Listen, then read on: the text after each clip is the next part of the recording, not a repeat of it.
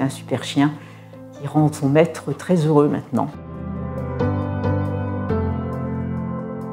C'est quand même assez extraordinaire. Et des surprises comme ça qui sont vraiment étonnantes et émouvantes même, je trouve. Ces chiens qui comprennent très vite. Il est mes yeux. Aujourd'hui, il fait partie de moi, quoi, en fait. J'ai du mal à vivre sans lui aujourd'hui.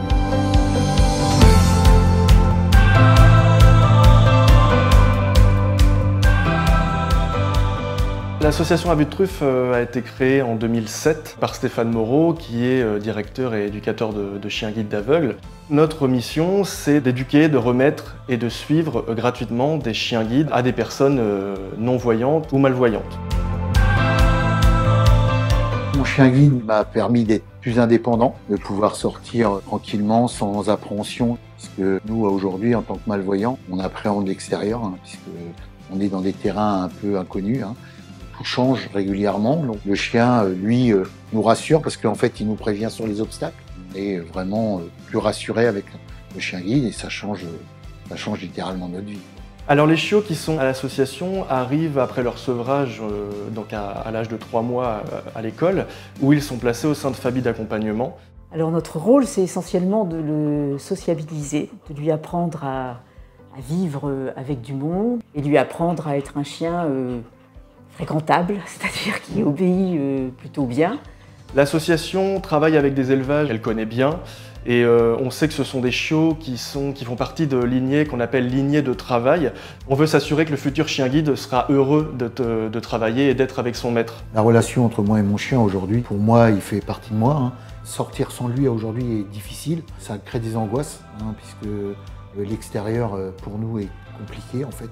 Lorsqu'une personne fait une demande de chien guide, il va y avoir différents entretiens avec la psychologue, le directeur éducateur de chien guide et l'instructeur en locomotion pour évaluer la pertinence de l'attribution d'un chien guide. Et donc ensuite s'en suivent des essais de chiens pour former le meilleur binôme possible, que le maître trouve son chien et que le chien trouve son maître. En premier lieu, je pense qu'il faut avoir une acceptation de son handicap.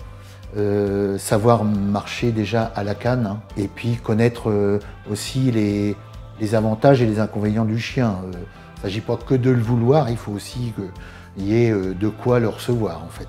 Voilà. Les défis qu'on peut rencontrer quand on est famille d'accueil, c'est le fait de prendre soin d'un chien qui ne nous appartient pas. On ne doit pas le laisser seul trop longtemps, pas plus de 3 heures par jour, donc ça veut dire qu'il faut qu'il ait un lien affectif assez prononcé dès le départ pour s'habituer à avoir du monde. On collabore assez régulièrement avec l'équipe de formation qui nous invite à venir les rencontrer assez régulièrement pour voir comment évolue le chien. Les éducateurs sont là pour les évaluer, donc en sortie en ville ou dans des magasins ou à la gare, etc. Et puis si nous, on rencontre quelques difficultés, on téléphone. Alors le moment venu de la séparation, parce que le chien nous quitte à peu près au bout de 2 ans et demi de vie commune, c'est quand même un crève-cœur, ça, on ne peut pas le dire autrement, mais ça fait aussi partie de notre engagement du départ. L'engagement qu'on a signé, c'était pour faire un cadeau en fait à quelqu'un qui en a besoin. Donner, ça nous procure aussi énormément de joie, c'est presque aussi fort que de recevoir. Et notre tristesse n'a d'égal que le bonheur que l'on offre à quelqu'un. En fait. On a beaucoup de retours de la part des chiens qui sont très attachés à nous aussi, donc c'est des expériences exceptionnelles, je trouve. Très belles histoires d'amour, comme je le dis souvent.